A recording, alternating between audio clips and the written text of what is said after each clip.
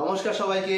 এই মুহূর্তের সবথেকে বড় বিগ আপডেট নিয়ে আমি বিশ্বজিৎ বিএম লাভ ইউ জিন্দেগির আরেকটি নতুন ইনফরমেটিভ ভিডিওতে আপনাদের সাথে।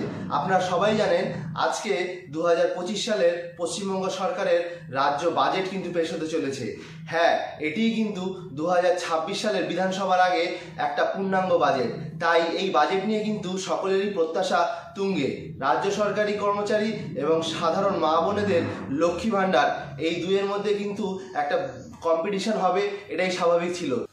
ইতিমধ্যে যে লাইভ আপডেট উঠে আসছে তাতে কিন্তু জানা যাচ্ছে যে রাজ্য সরকারি কর্মচারীরা এই 2025 সালের 1 এপ্রিল থেকেই কিন্তু 4% হারে, হ্যাঁ ঠিক শুনছেন, 4% হারে কিন্তু ডিএ তাদের বৃদ্ধি করা হলো।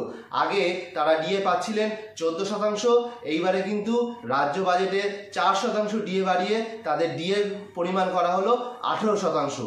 2025 সালের 1 এপ্রিল থেকে এই ডিএ কিন্তু কার্যকর হতে চলেছে।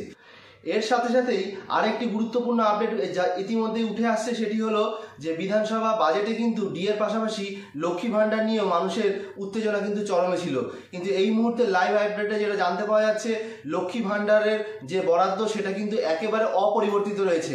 অর্থাৎ সাধারণ মা বোনেরা যেটা 1000 টাকা করে পাচ্ছিলেন এবং তপশিলি উপজাতি মা বোনেরা যেটা 1250 করে পাচ্ছিলেন, তাদের কিন্তু সেটাই রইল। এবার বাজেটে 2025-এর পূর্ণাঙ্গ বাজেটে লক্ষ্মী ভাণ্ডারের বরাদ্দ কিন্তু কোনো রকম বাড়ানো হলো না, যেটা ছিল সেটাই কিন্তু রাখা হয়েছে। এই হচ্ছে আপাতত লাইভ আপডেট। এর পরবর্তী আপডেট নিয়ে আপনাদের সঙ্গে উঠে আসবো। নমস্কার।